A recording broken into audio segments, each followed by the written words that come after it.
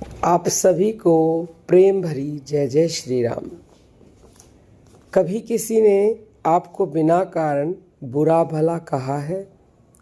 कभी किसी ने आपके अच्छे काम में भी कमी निकाल दी है?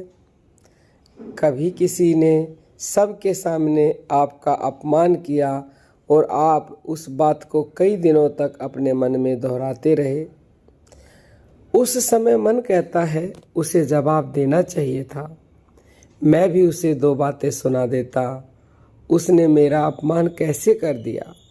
लेकिन क्या आपने कभी सोचा है, जिस व्यक्ति ने आपको केवल 5 मिनट के लिए अपमानित किया, उसके शब्दों को आप 5 दिन, 5 महीने या कभी कभी 5 साल तक अपने भीतर क्यों ढोते रहते हैं? आज की वीडियो इसी रहस्य को समझाती है और एक कहानी के द्वारा हम आपको समझाएंगे ताकि आपको अच्छे से समझ आ जाए।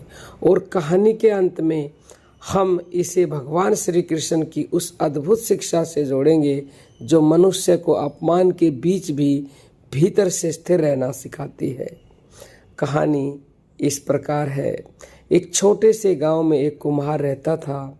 उसके बनाए हुए घड़े पूरे गांव में प्रसिद्ध थे, लेकिन उसकी प्रसिद्धि केवल उसके घड़ों की वजह से नहीं थी।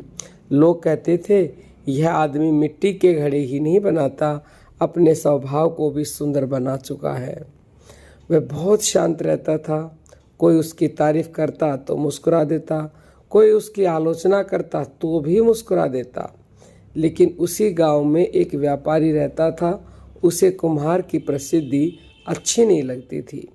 वह ग्राहकों के सामने कुम्हार के घड़ों में कमियां निकालता।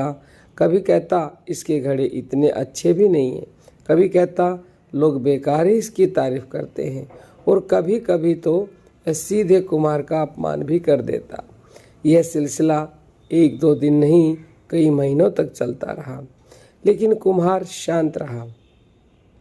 एक दिन उसके बेटे ने आखिर पूछ ही लिया, पिताजी, वह आदमी बार बार आपका अपमान करता है, आप उसे जवाब क्यों नहीं देते?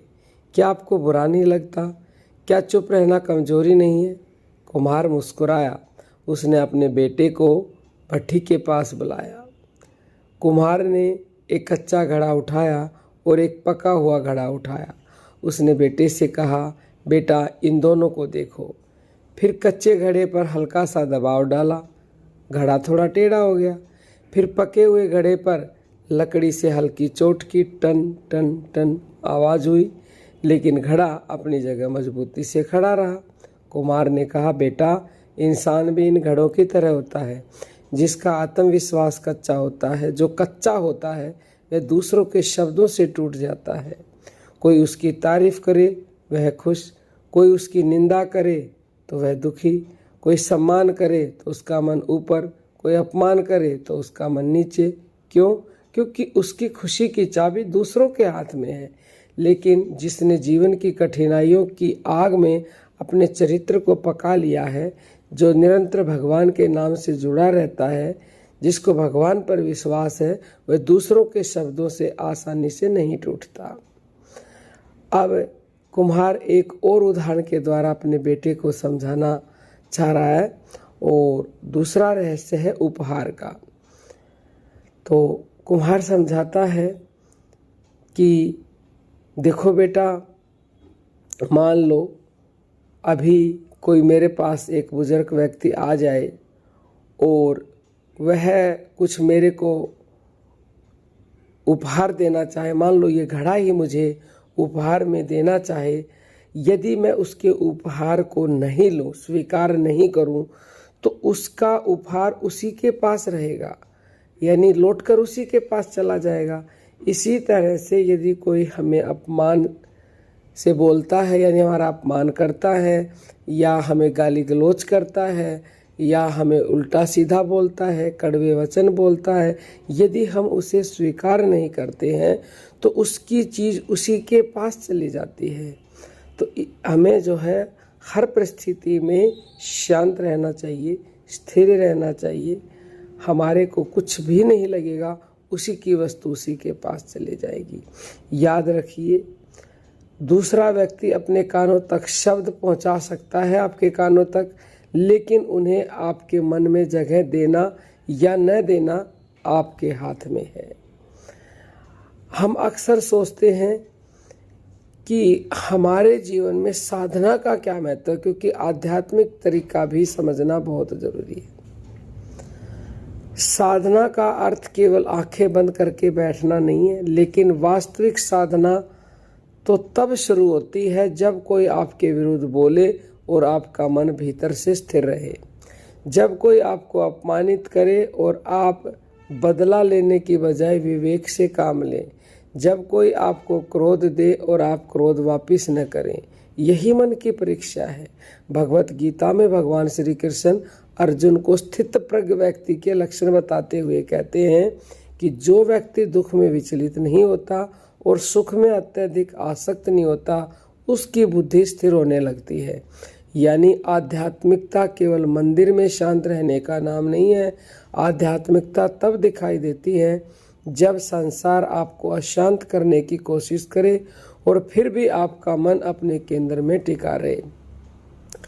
लेकिन क्या हर अपमान सहते रहना चाहिए? क्योंकि ऐसा आप सोच सकते हो, नहीं। यह बात समझना बहुत ज़रूरी है। शांत रहने का अर्थ कमज़ोर होना नहीं है। अगर कोई व्यक्ति आपको सुधारने के लिए सही बात कर रहा है तो अहंकार छोड़कर उसे सुनिए। अगर आपकी गलती है तो स्वीकार कीजिए।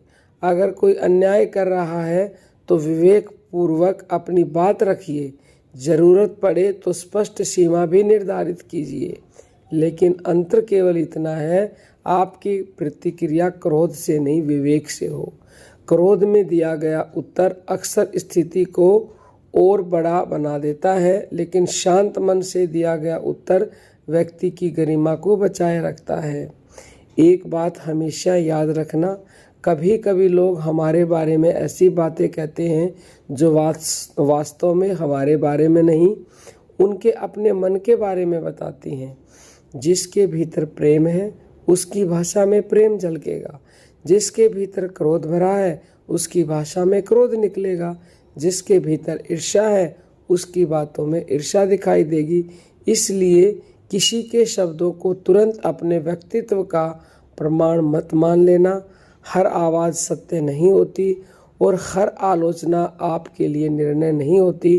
कभी कभी किसी की निंदा को केवल इतना कहकर छोड़ देना चाहिए, यह उसकी दृष्टि है, मेरा सत्य नहीं। हमारे संत इस बारे में क्या सीख देना चाहते हैं वो भी जान लेते हैं। संतों की साधना का एक बड़ा रहस्य यही है कि वे अपने मन की चाबी संसार के हाथ में नहीं देते। कोई सम्मान करे वे शांत, कोई अपमान करे वे शांत, कोई प्रशंसा करे तो भी वे शांत रहते हैं, कोई निंदा करे तब भी शांत रहते हैं, क्योंकि उनका सुख बाहर की परिस्थितियों पर निर्भर नहीं रहता। और यही नाम जप का भी एक सुंदर संदेश है। जब मन बार बार भगवान के नाम में लौटता है तो धीरे धीरे वह लोगों के शब्दों से हटकर भीतर के आधार को पकड़ना सीखता है। आपके लिए वह आधार राम नाम हो सकता है, कृष्ण नाम हो सकता है, ओम नमः शिवाय हो सकता है, या आपके गुरु द्वारा दिया गया मंत्र हो सकता है। जब कोई आपको अपमानित करे, तुरंत मन में प्रतिक्रिया देने से पहले कुछ क्षण रुकिए, एक गहरी सांस लीजिए और मन में कहिए, मैं इस शब्द को स्वीकार नहीं करता, मैं अपने मन को भगवान के चरणों में रखता हूँ, और फिर नाम जप कीजिए। हो सकता है परिस्थिति तुरंत ना बदले, लेकिन धीरे धीरे आपकी प्रतिक्रिया बदलने लगेगी, और जब आपकी प्रतिक्रिया बदलती है तो आपका जीवन बदलना शुरू हो जाती है। सबसे बड़ा बदलाव क्या है ये जानते हैं। लोग सोचते हैं कि जिसने हमें दुख दिया उसे जवाब देना ही बदला है, लेकिन नहीं। कभी कभी सबसे बड़ा उत्तर है अपनी शांति को बचाए रखना। जिसने आपको क्रोध दिया, जिसके कारण क्रोधित न होना, जिसने आपको गिराने की कोशिश की उसके कारण स्वयं को न गिराना, जिसने आपका अपमान किया उसके कारण आपका चरित्र न खोना, यही आपकी जीत है। याद रखिए, किसी के बुरे व्यवहार के कारण आपका अच्छा स्वभाव मत खो देना, क्योंकि उसने आपको चोट पहुंचाई है, लेकिन अपने संस्कार खो देना आपके हाथ में होगा। तो आज की इस कहानी का, इस वीडियो का अंतिम संदेश है, कुम्हार ने अपने बेटे से कहा, बेटा मिट्टी को घड़ा बनने के लिए आग से गुजरना पड़ता है। उसी तरह मनुष्य को भी जीवन की आलोचनाओं, असफलताओं, अपमान और कठिनाइयों की आग से गुजरना पड़ता है। लेकिन यदि वह इन सब के बीच अपने भीतर भगवान को पकड़ ले तो वही कठिनाइयाँ उसे तोड़ती नहीं, उसे पका देती हैं। इसलिए अगली बार आपको कोई कड़वा बोले तुरंत जवाब मत देना। पहले स्वयं से पूछना, क्या इसमें मेरे लिए कोई सीख है? अगर हाँ तो सीख ले लेना, अगर नहीं तो उसे वहीं छोड़ देना। क्योंकि आपका मन कोई कूड़ेदान नहीं कि हर व्यक्ति अपने शब्दों का कचरा उसमें डाल जाए। आपका मन भगवान का मंदिर है, हर किसी को उसमें प्रवेश मत करने दीजिए। और अंत में बस एक संकल्प, मैं अपने आत्मविश्वास की रक्षा करूंगा, लेकिन अपनी शांति की कीमत पर नहीं। मैं गलत बात का विरोध करूंगा, लेकिन क्रोध में अपना विवेक नहीं खोऊंगा। मैं आलोचना से सीखूंगा, लेकिन निंदा को अपने मन का बोझ नहीं बनाऊंगा। और सबसे बढ़कर मैं संसार के शब्दों से अधिक अपने भगवान के नाम पर विश्वास करूंगा, क्योंकि जब भीतर का घड़ा पक जाता है तब बाहर की चोटें केवल आवाज़ करती हैं, उसे तोड़ नहीं पाती। तो यदि ये सीख, ये कहानी, ये वीडियो आपको अच्छी लगी है तो सबसे पहले इसे अपने जीवन में उतारें और उसके बाद इसे दूसरों के साथ भी साझा करें, ताकि औरों का जीवन भी खुशियों से भर जाए। अब हम अपनी वाणी को विराम देते हैं। जय जय श्री राम।